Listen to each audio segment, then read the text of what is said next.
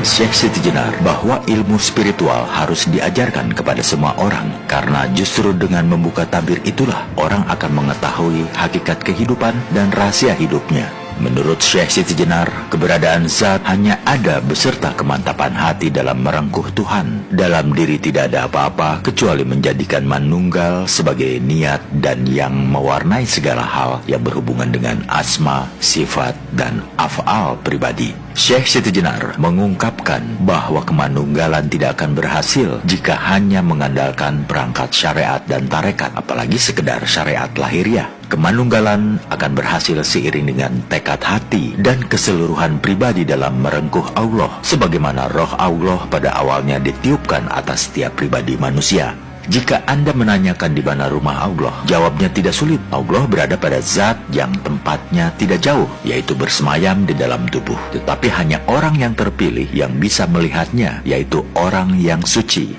Pandangan Syekh Siti Jenar, adanya kehidupan itu karena pribadi. Demikian juga dengan keinginan hidup itu pun ditetapkan oleh diri sendiri. Tidak mengenal roh yang melestarikan kehidupan, tidak ikut merasakan sakit ataupun lelah, suka duka pun musnah karena tidak diinginkan oleh hidup. Dengan demikian, hidupnya kehidupan itu berdiri sendiri. Hal ini menunjukkan adanya kebebasan manusia dalam menentukan jalan hidup. Manusia merdeka adalah manusia yang terbebas dari belenggu kultural maupun belenggu struktural.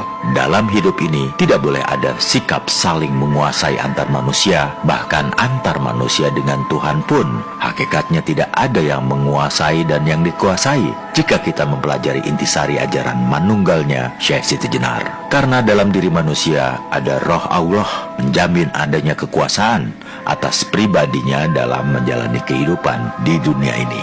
Kepada murid-muridnya, Syekh Siti Jenar mengajarkan ilmu makrifat secara bertahap yang harus dikuasai oleh seseorang jika ingin menjadi manusia sempurna, al-insan al-kamil, serta bagi yang ingin menempuh laku manunggal dengan Tuhan.